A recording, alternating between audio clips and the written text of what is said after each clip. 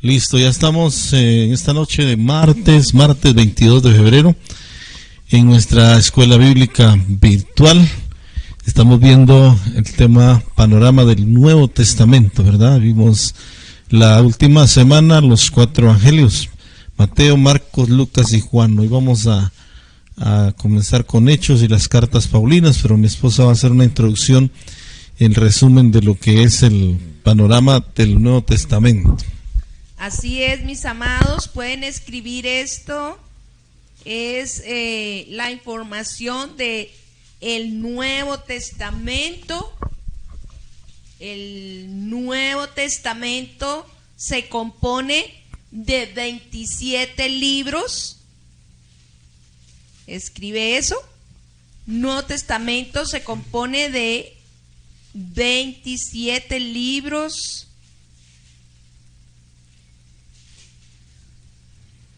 Se compone de 27 libros. Escriban esto. 4 evangelios. Mateo, Marcos, Lucas y Juan.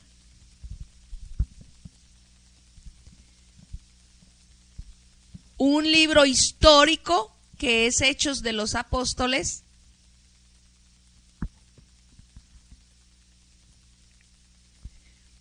13 cartas paulinas.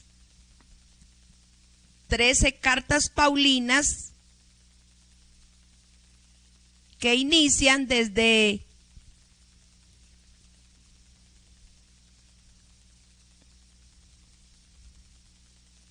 Romanos hasta Filemón.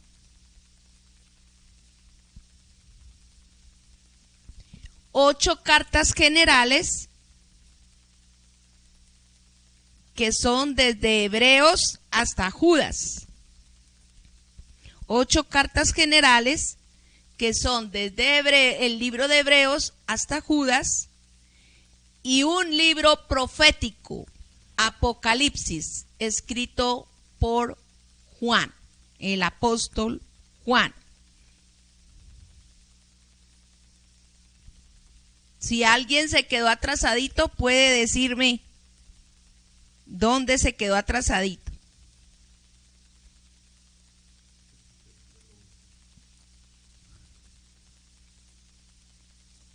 Bueno, son 4 evangelios, un libro histórico que es Hechos, 13 cartas paulinas que es desde Romanos hasta Filemón, 8 cartas generales que son desde Hebreos hasta Judas, y un libro profético, Apocalipsis, escrito por el apóstol Juan. Entonces son 4 evangelios, un libro histórico, 13 cartas paulinas, 8 cartas generales y un libro profético. Amén. Bueno, por favor, Uriel o Claudia, alguno de los dos que nos confirmen que escucharon bien esta parte. Sí, pastores. No, bueno. Muy bien, gracias, Claudia. Gracias. Bueno, esa es la introducción entonces de esta noche, en síntesis lo que es el panorama del Nuevo Testamento, ¿verdad? Y vamos a comenzar entonces con el libro de Hechos de los Apóstoles. Hechos de los Apóstoles. El autor del libro de Hechos de los Apóstoles es el médico Lucas, el mismo que escribió el Evangelio de Lucas también, ¿verdad?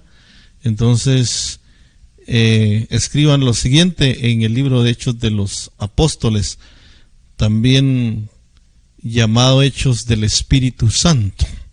Hechos de los Apóstoles también es llamado Hechos del Espíritu Santo, porque ahí vemos el mover poderoso del Espíritu Santo. El mover poderoso del Espíritu Santo, escriban eso.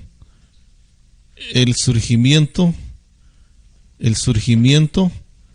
y expansión de la iglesia cristiana primitiva. El surgimiento y expansión de la iglesia cristiana primitiva. También la predicación de las buenas nuevas a los gentiles. La predicación de las buenas nuevas a los gentiles. Y también la salvación que hay en Jesucristo. Vuelvo y repito, libro de Hechos de los Apóstoles, también conocido como Hechos del Espíritu Santo, ¿verdad? Ahí vemos en síntesis que el énfasis es el mover del Espíritu Santo, el surgimiento y expansión de la iglesia cristiana primitiva, la predicación de las buenas nuevas a los gentiles y la salvación que hay en Jesucristo.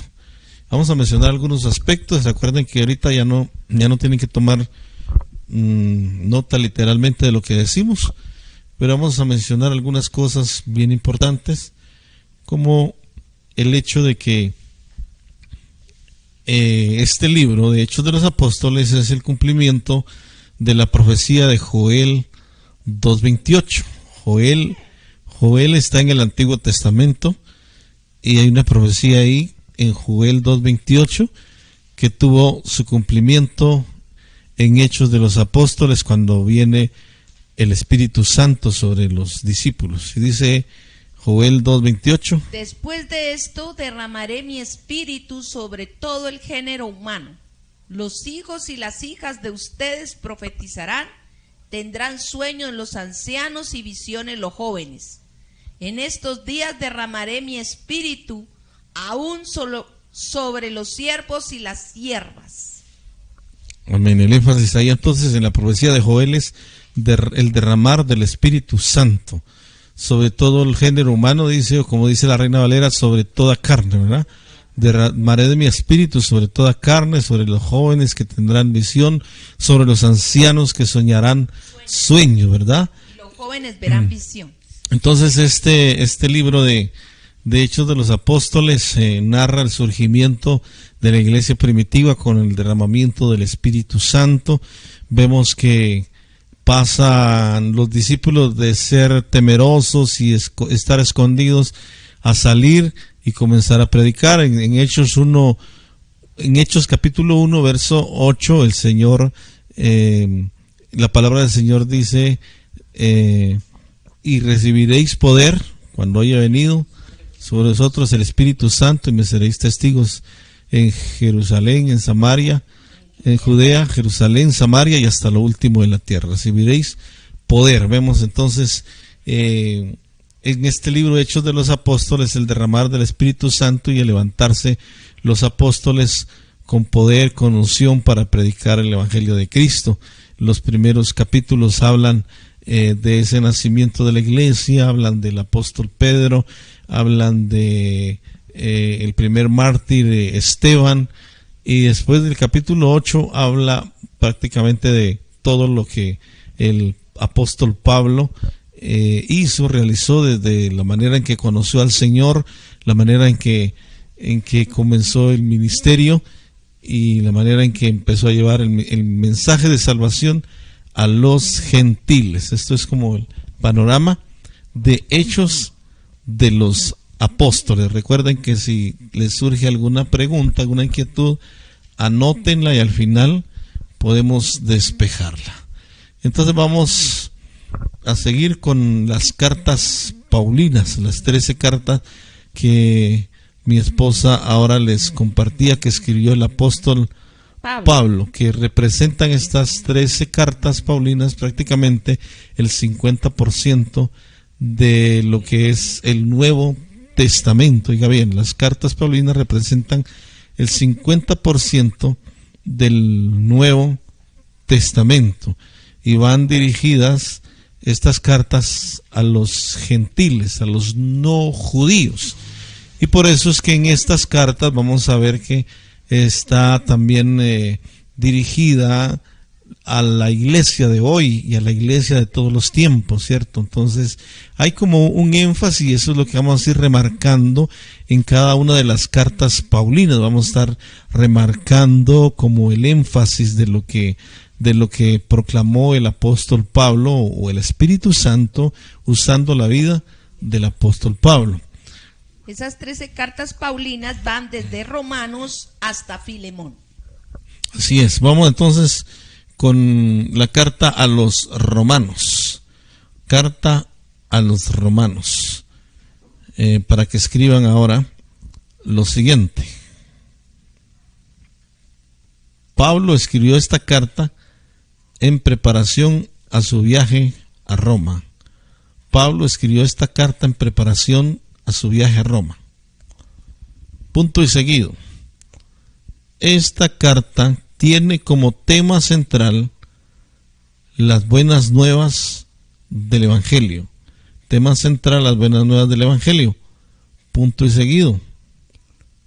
Pablo habla sobre la justificación mediante la fe en Jesús. Pablo habla sobre la justificación mediante la fe en Jesús y da consejos sobre cómo una persona debe vivir de acuerdo al Espíritu Santo. Y da consejos sobre cómo una persona debe vivir de acuerdo al Espíritu Santo. Punto y seguido. Fue escrita en el año 57 después de Cristo. Fue escrita en el año 57 después de Cristo. Muy bien. Hasta llega el dictado, lo que literalmente tenía que copiar. Y ahora vamos a hablar un poquito de Romanos, ¿verdad? Romanos 1:17, por ejemplo, que dice que el justo por la fe vivirá. Quiero que leas esa escritura, Romanos 1:17. Hay un énfasis ahí que quiero remarcar. En Romanos capítulo 1, versículo 17.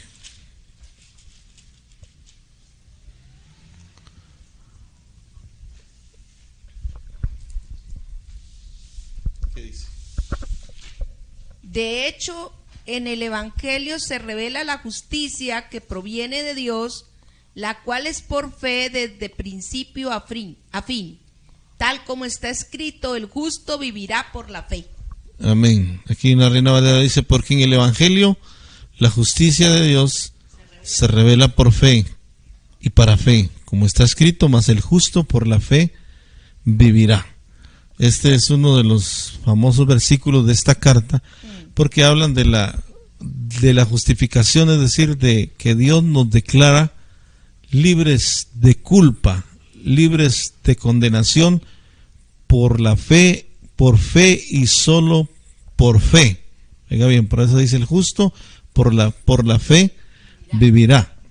Y acuérdense que ya estamos hablando, no tienen que copiar literalmente. En el capítulo 3 habla de eso, que no hay ni uno justo, no hay ni siquiera uno, no hay quien busque a Dios, no hay quien haga lo bueno. Todos se desviaron, a unas se hicieron inútiles. Capítulo 3 de Romanos. Capítulo 6 habla, escuche bien, 6:23 dice que la paga del pecado es la muerte, mas el regalo de Dios o la dádiva de Dios es vida eterna en Cristo Jesús. Entonces el énfasis de Romanos es la justificación por la fe, ¿verdad? Y también el libro de Romanos nos da consejos sobre cómo una persona vive de acuerdo al Espíritu Santo.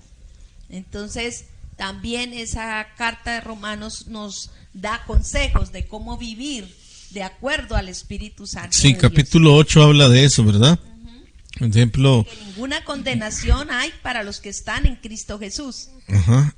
Igual capítulo 5 dice, justificados pues por la fe, tenemos paz para con Dios por medio de nuestro Señor Jesucristo. Miren el énfasis, es justificación por la fe, declarado libres de culpa por la fe. Ese es el evangelio que predica Pablo, ¿verdad? Es el evangelio. Y en el capítulo 12 habla de la transformación, ¿verdad?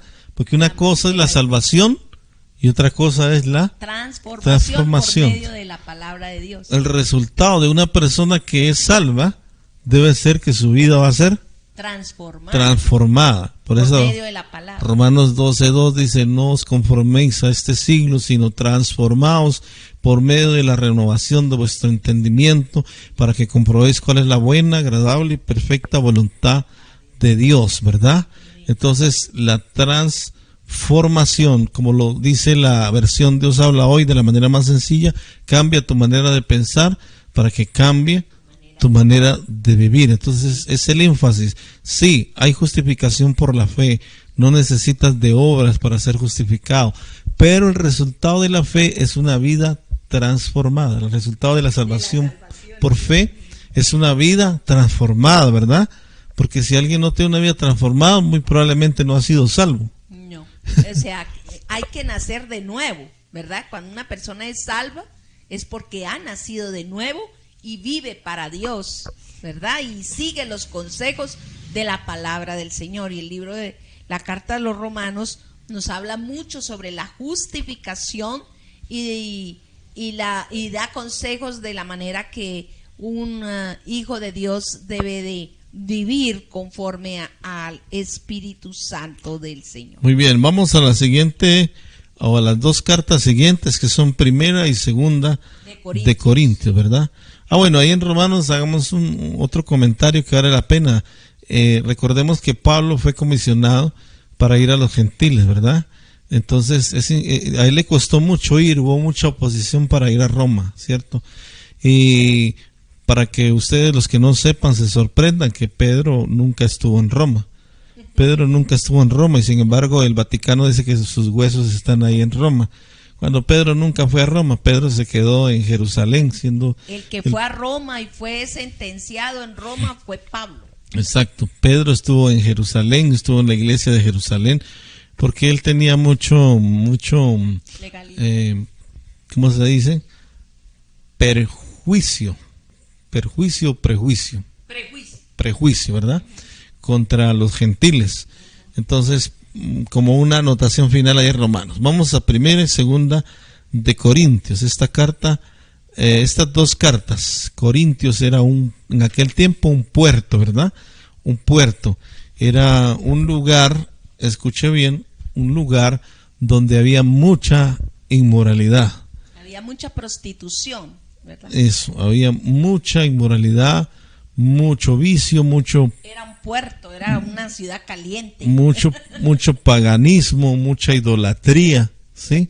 Entonces, Pablo en su primera carta habla, el énfasis de la primera carta, para que escriban ahí, escúcheme bien, el énfasis de la primera carta es mostrar a los corintios su inmadurez espiritual, es decir, enfatizarles que eran unos niños en Cristo.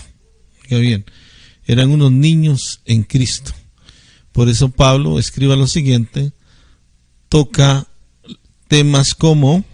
toca temas como la pureza, el matrimonio, también los dones espirituales y el ministerio. Estas cartas, primera y segunda de Corintios, fueron escritas entre el año 55 y 56 después de Cristo. Oiga bien.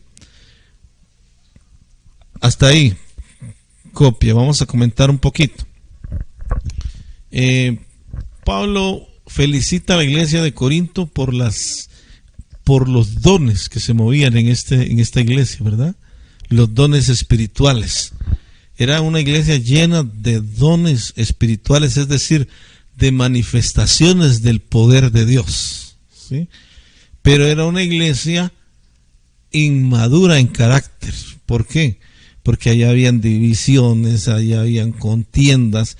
En el capítulo 3 Pablo habla de eso, de cómo ellos decían: yo soy de Pablo, yo soy de Apolo, yo soy de Pedro. O sea, habían hasta competencia entre ellos, ¿verdad? Habían pecados de inmoralidad, como el hecho de que uno de los miembros le había quitado la esposa al papá, es decir, se había ido a vivir con la madrastra, ¿sí? Sí. Y eso se mira hoy en día también. Sí, pero en ese tiempo, pues imagínate, o sea, ¿y qué pasaba? La iglesia no decía nada. Él llegaba ahí, o sea, la madrastra abandonó al papá y se fue con él, y los dos llegaban a la iglesia. ¿Ya? O sea, había mucho pecado de inmoralidad. Había mucho pecado de inmoralidad, y esto demostraba su inmadurez espiritual. Por eso falta de carácter, ¿verdad? Esto queremos enfatizar de que los dones espirituales no son una muestra de madurez en el cristiano, porque los dones son un regalo. Dios da los dones y Dios respalda los dones en las personas que predican, que enseñan, ¿sí? Pero no demuestran que esta persona sea espiritual. La gente dice, uy, no, ese pastor o ese predicador o ese hermano o ese líder, ¿cómo sabe la Biblia? ¿Cómo ora? Es muy espiritual, dice la gente, ¿verdad? Pero la espiritualidad no se mide por los dones en los que una persona se mueve, sino por el fruto del Espíritu Santo, el carácter cristiano. Entonces, imagínense, la iglesia de Corintios llena de dones espirituales, pero con un carácter inmaduro, ¿sí? La segunda carta a los Corintios, el énfasis es, escuche bien, si quiere escribir esto, escríbalo. El énfasis de la segunda carta a los Corintios es doctrinal, es guiar a la gente en el error en que estaban cayendo acerca de los falsos maestros. Los falsos maestros, ellos están poniendo oídos a los falsos maestros, y ahí Pablo hace un énfasis en eso, de que deben seguir la doctrina tal como él se las había enseñado. Escuche bien, pues entonces estos son como los énfasis de la primera y la segunda carta a los Corintios, ¿verdad? Primera y segunda de Corintios. No podemos alargarnos mucho porque no podemos detenernos tanto en cada libro. Si hay alguna pregunta, como dije, escribe la pregunta y al final pues despejamos dudas. Vamos con la siguiente, que es la carta del apóstol Pablo a los Gálatas. Carta del apóstol Pablo a los Gálatas. Venga bien. Escriba lo siguiente. Aquí Pablo toca varios temas en defensa del Evangelio. Aquí Pablo toca varios temas en defensa del Evangelio, que aparentemente estaban bajo ataque en esta iglesia. Mira bien. En la iglesia de Galacia, ¿verdad? En la iglesia de Galacia, sí. Bueno. Estamos viendo las 13 cartas paulinas. Escribe lo siguiente también. La carta a los Gálatas enfatiza la ley y la gracia. Amén. La carta a los Gálatas enfatiza la ley y la gracia. Punto.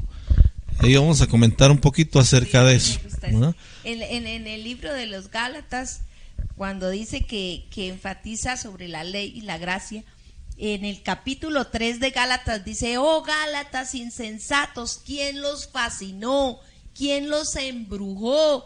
¿Quién los hechizó? Habiendo comenzado en el espíritu, ¿por qué van a terminar en la carne? Sí, porque se habían infiltrado falsos maestros que les hacían volver a la ley de Moisés. Oiga bien, otra vez a la carne. Les hacían volver a la ley de Moisés, cuando Pablo les había enseñado, como lo vimos también en Romanos, que la salvación es por gracia, es por fe, ¿sí?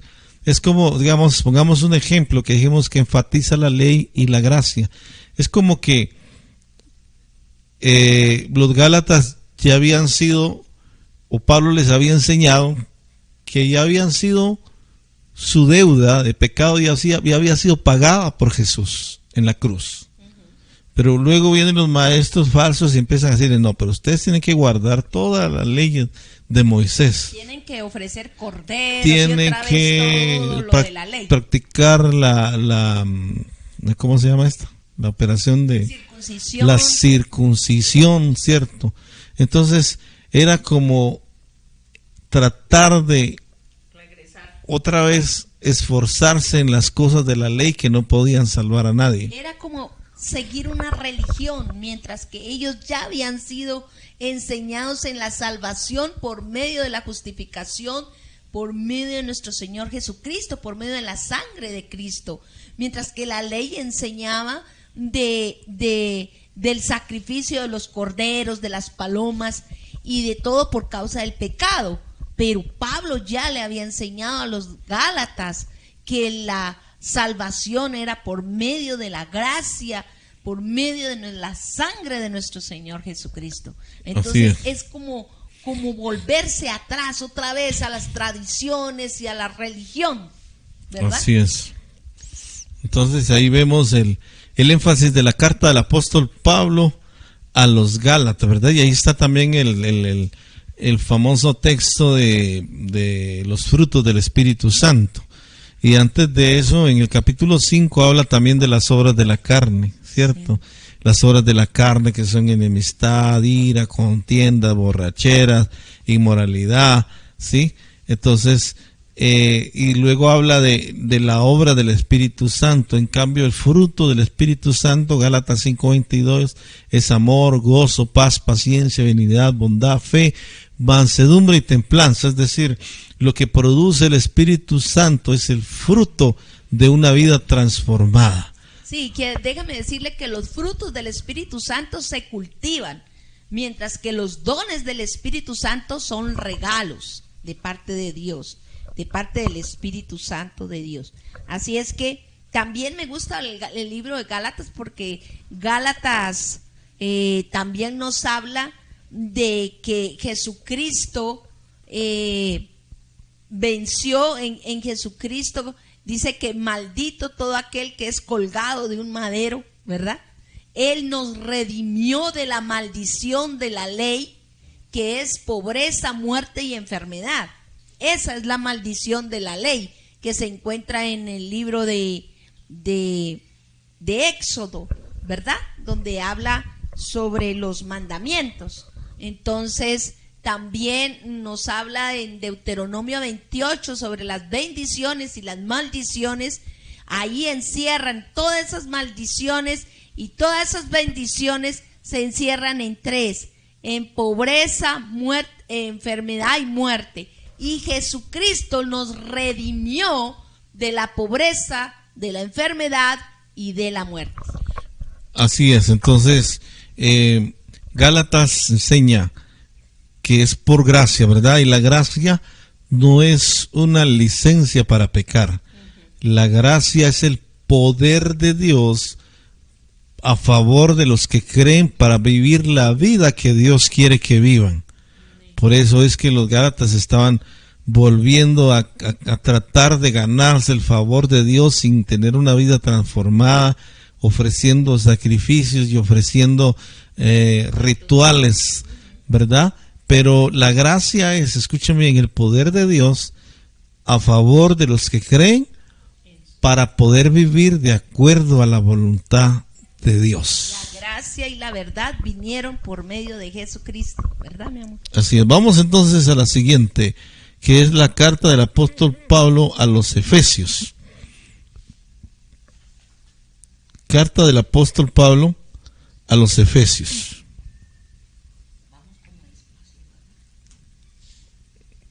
Escriba lo siguiente. Una vez más, escriba esto, una vez más, vemos a Pablo detallando lo esencial de la doctrina cristiana.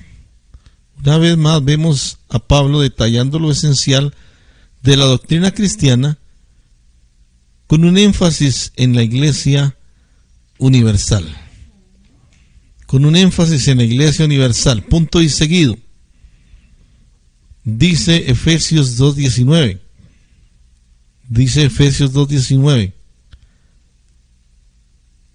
Así que ya no sois extranjeros ni advenedizos. Ya no sois extranjeros ni advenedizos, sino conciudadanos de los santos, y miembros de la familia de Dios. Punto y seguido. También habla sobre el hogar y la armadura cristiana.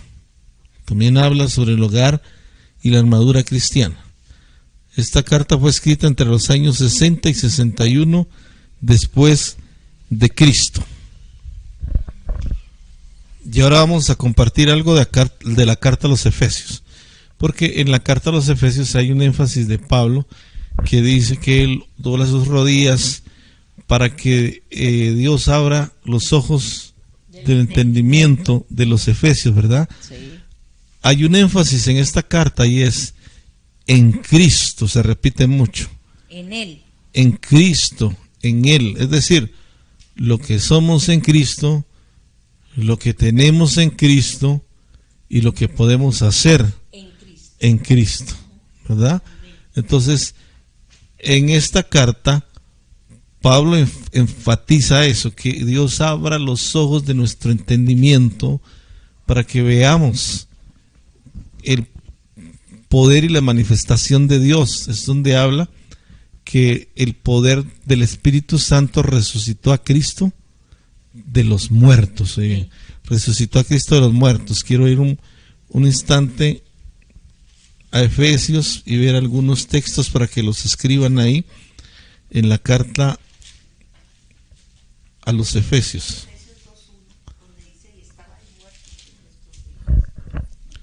Así es. Por ejemplo, dice el verso 1:3: bendito sea el Dios y Padre de nuestro Señor Jesucristo, que nos bendijo con toda bendición espiritual en los lugares celestiales en Cristo. Ahí está, ¿verdad? En Cristo, oiga bien, en Cristo, ¿sí? Y después el versículo 4 dice, Dios nos escogió en Él. Ahí está, Dios nos escogió dice, en Él. Ajá. De la creación del mundo para que seamos santos y sin mancha delante de Él. Uh-huh. Y después en el versículo 7 dice, en Él tenemos la redención mediante su sangre. Así es, entonces en Cristo es el énfasis, ¿verdad? Uh-huh. En Él, en Cristo, en Él, en Cristo. Ahí en el capítulo 1, verso 15 de la Reina Valera dice, el espíritu de sabiduría y de revelación. Amén. ¿Verdad? Entonces dice, verso 17, que él ora y su oración es para que el Dios de nuestro Señor Jesucristo, el Padre de gloria, os dé espíritu de sabiduría y de revelación en el conocimiento de Él. ¿Sí? En el conocimiento de Él. Entonces, el énfasis de Pablo es ese en el libro de Efesios, ¿verdad? Y en el capítulo 6 habla de la armadura del cristiano, ¿verdad? Es un pasaje muy conocido y que se enfatiza mucho. Efesios 6:10. Efesios 6:10 en adelante, ¿verdad? Que nos fortalezcamos en el Señor y en el poder de su fuerza.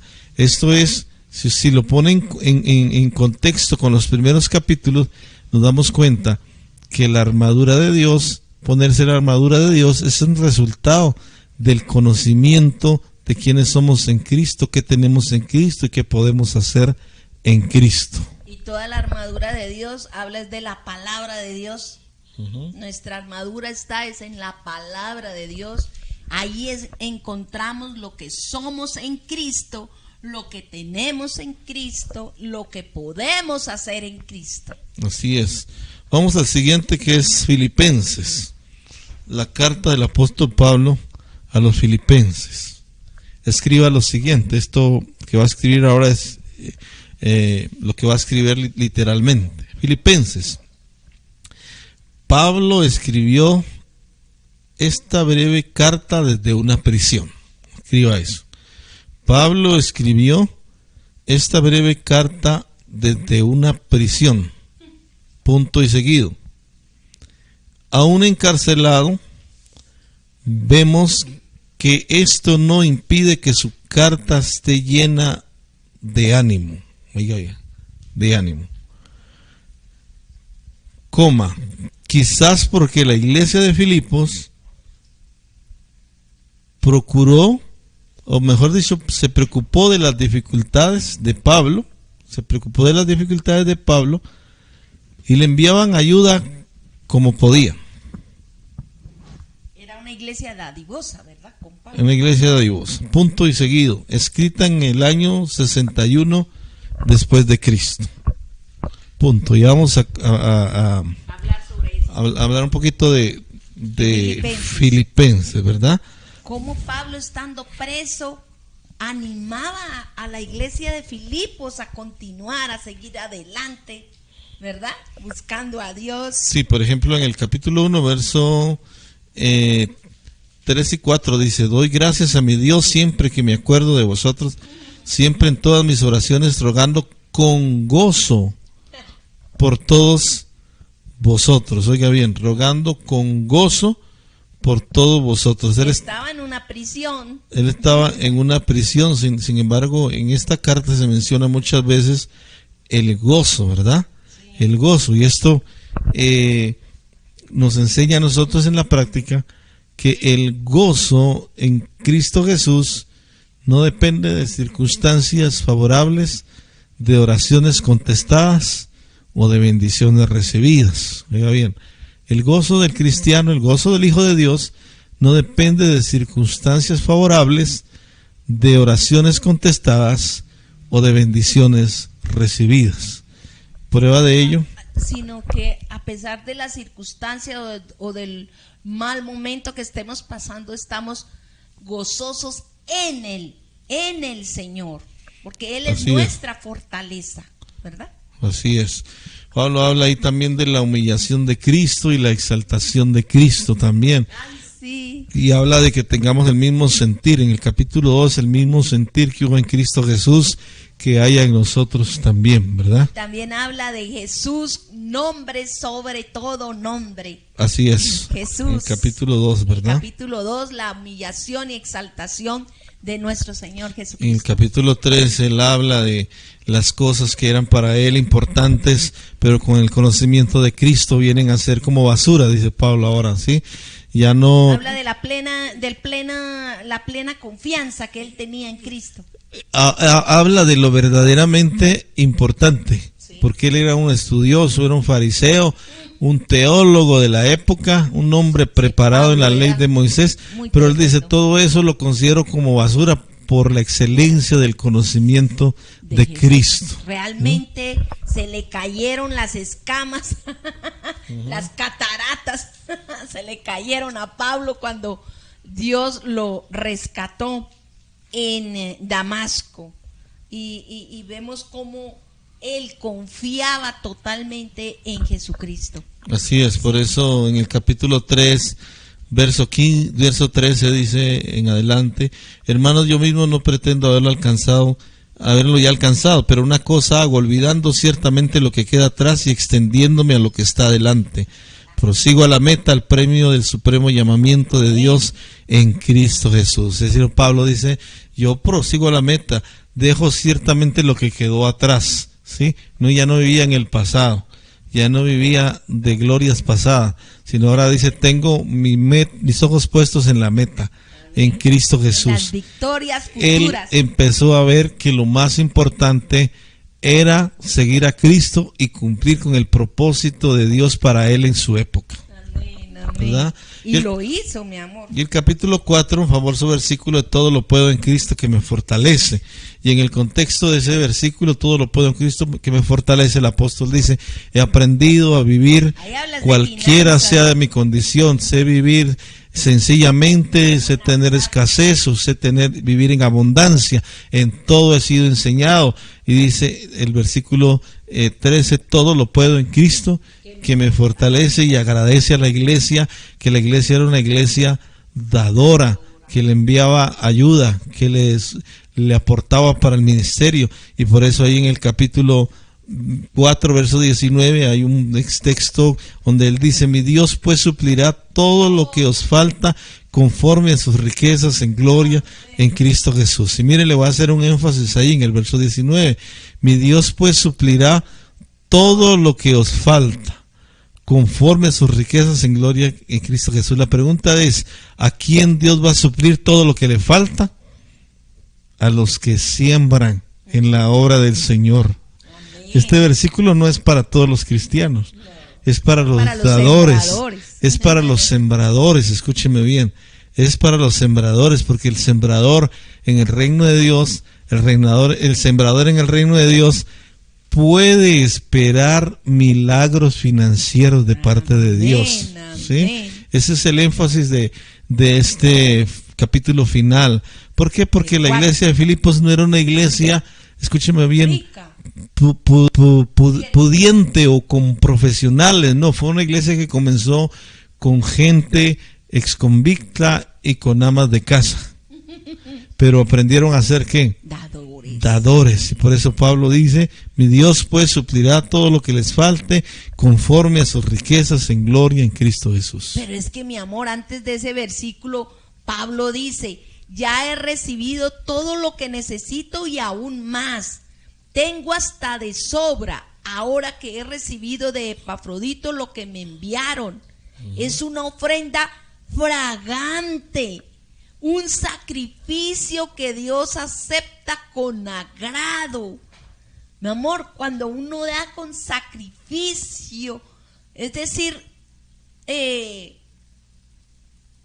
cosas que no las tenemos, pero que confiamos en que Dios nos va a dar la semilla para sembrar, y que no ponemos nuestro corazón en las cosas, en el dinero, sino que sabemos sembrar. Esa es otra, que tenemos que aprender a sembrar, porque hay varios terrenos. En otra enseñanza, cuando hablemos sobre finanzas, vamos a enseñarles cómo sembrar y dónde sembrar.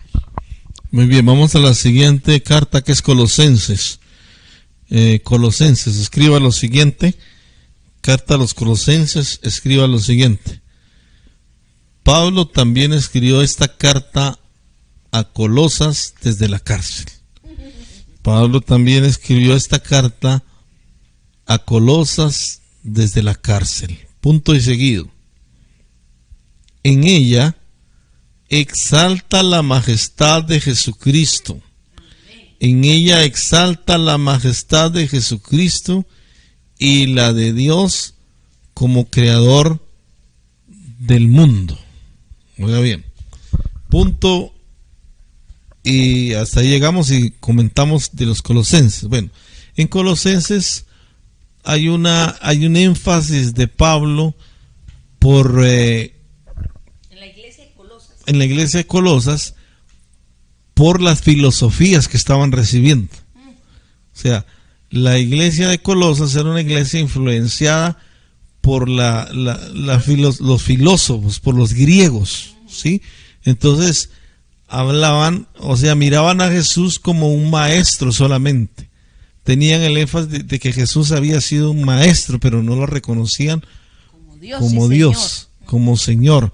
Por eso ahí vamos a ver unos apartes de Colosenses, donde Pablo dice: pide que Dios les conceda sabiduría espiritual. ¿Por qué? Porque la iglesia de Colosas estaba influenciada por el paganismo, es decir, hacían una mezcla de filosofías, de misticismo y de cristianismo. O sea, mezclaban todo eso, filosofías, paganismo, misticismo, que eran como podríamos decir brujería. Exacto. Y también, ¿qué otra cosa dije? Cristianismo. O sea, mezclaban estas tres cosas. Por eso en el capítulo 1 Pablo pide sabiduría. En el verso 15, capítulo 1, verso 15, dice, hablando de Cristo: Él es la imagen del Dios invisible, el primogénito de toda la creación. Amén. La imagen del Dios invisible. ¿Por qué? Porque Pablo está enfatizando que Jesucristo no fue solamente un hombre, sino que fue Dios. Y es la imagen de Dios, es el primogénito. Dios mismo, ¿verdad? Entonces ese es como el énfasis de Colosenses, ¿verdad? En el capítulo 3 habla: si pues habéis resucitado con Cristo, buscad las cosas de arriba, donde está Cristo sentado a la diestra de Dios. Es decir, está mostrando que Jesucristo resucitó, botando los argumentos filosóficos, los argumentos místicos, los argumentos paganos de la época. Entonces está hablando de la vida antigua y la vida nueva en el capítulo 3, verso 5, otra vez hablando de Jesucristo que puede traer una vida nueva. El énfasis principal entonces de Colosenses es derribar como esos pensamientos filosóficos donde hacían a ver a Jesús como un simple maestro, pero no como Dios, no como su sacrificio traía perdón y reconciliación a la humanidad, ¿verdad? Entonces vemos ese énfasis de Colosenses. Y también Colosenses habla en el capítulo 3 del versículo 18 al versículo 25 sobre las normas para la familia cristiana. Ah, sí, ahí hay deberes. Y es una gran bendición para que lo lean.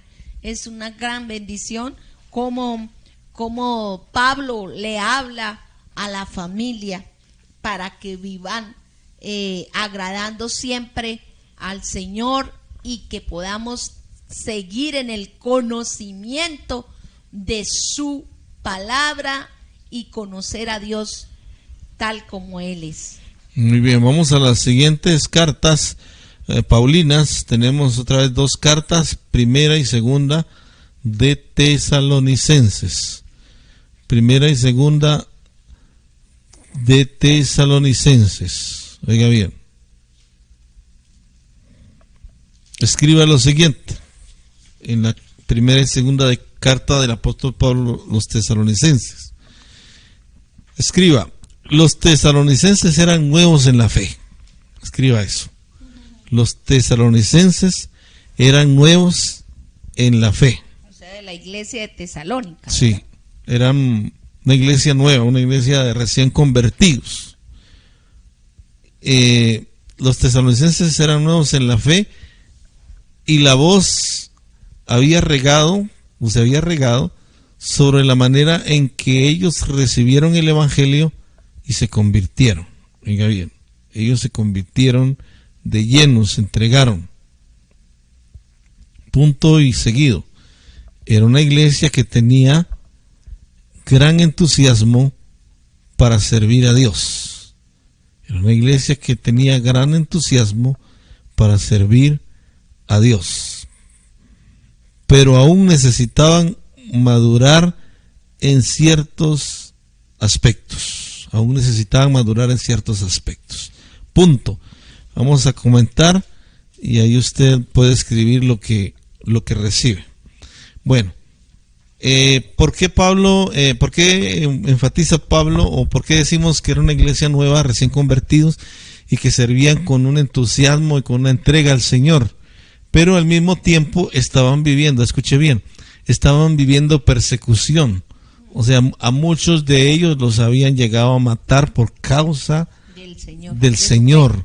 Entonces, era una iglesia como no tenía firmeza todavía, pensaban y razonaban de la siguiente manera: ¿cómo es posible que Dios permita que nos pase eso? ¿Cómo es posible que estemos pasando por esto si estamos entregados al Señor, si estamos sirviendo a Dios? Y esto nos da una enseñanza a nosotros, que el hecho de que sirvamos, nos entreguemos y todo, no nos exime de pasar por situaciones difíciles. Escuche bien, por eso hay momentos en que el Hijo de Dios va a pasar por tribulaciones, pero su confianza en el Señor debe crecer aún en medio de esas situaciones que a veces no podemos comprender. Entonces, Pablo, por ejemplo, en el capítulo 4, verso 13 en adelante, tenemos el famoso texto donde Pablo habla de la segunda venida del Señor o del arrebatamiento, ¿verdad? Cuando habla que en el verso 15, capítulo 4, verso 15, dice: por lo cual os decimos esto en palabra del Señor, que nosotros que vivimos, que habremos quedado hasta la venida del Señor, no precederemos a los que durmieron, porque el Señor mismo, con voz de mando, con voz de arcángel y con trompeta de Dios, descenderá del cielo, y los muertos en Cristo resucitarán primero. Luego nosotros, los que vivimos, los que hayamos quedado, seremos arrebatados juntamente con ellos en las nubes para recibir al Señor en el aire, y así estaremos siempre con el Señor. Verso 18: por tanto, alentaos los unos a los otros con estas palabras. Es decir, ahí está el énfasis que Pablo hace. Miren, hermano, le decían otras palabras Pablo, no sufran por eso. Sus seres queridos que murieron a causa del Señor, ellos van a resucitar cuando el Señor venga, y nosotros vamos a ser arrebatados y vamos a ser transformados para estar siempre con el Señor. Entonces, cuando Pablo enseña esto, la iglesia también cree que va a ocurrir pronto esto, que va a ser pronto, que la venida del Señor ya se va a dar. Óigame bien. Y entonces ahí se abre el canal para la segunda carta a los tesalonicenses. Cuando usted ve la segunda carta a los tesalonicenses, el énfasis de Pablo es llamar a los de la iglesia de Tesalónica a...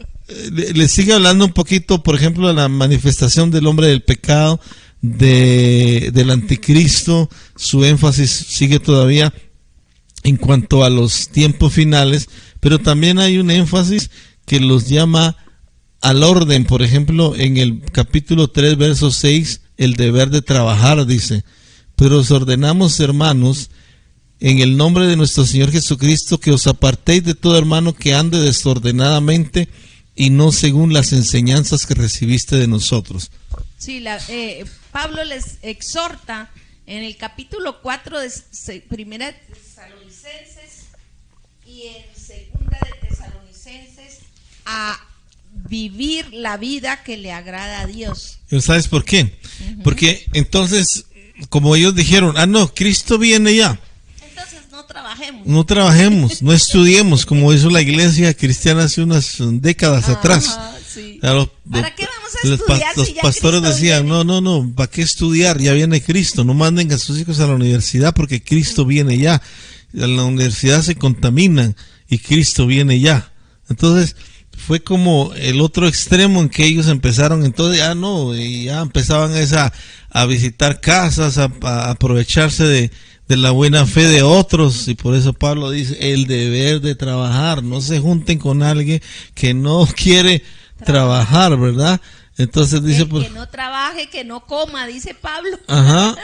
Así lo dice, por ejemplo, dice en el verso 12, capítulo 3, a los tales mandamos y exhortamos por nuestro Señor Jesucristo, que trabajando sosegadamente coman su propio pan. Vea, ahí está.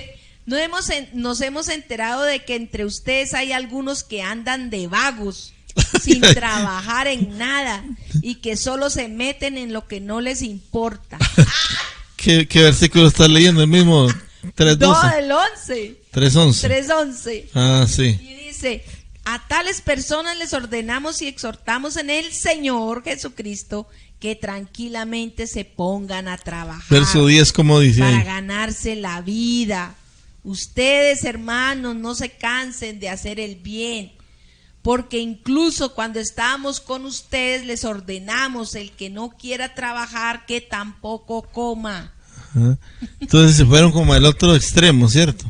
El extremo de viene Cristo, ya no hagamos nada, no trabajemos. ¿Para qué trabajar? ¿Para qué tener proyectos? Si ya viene el Señor, ¿cierto? O sea, mire cómo se puede distorsionar y llevar al extremo negativo algo que que Pablo enfatizó para consolar, para darles esperanza. Cristo viene, los muertos en Cristo van a resucitar, nosotros vamos a irnos con el Señor, vamos a ser transformados y arrebatados.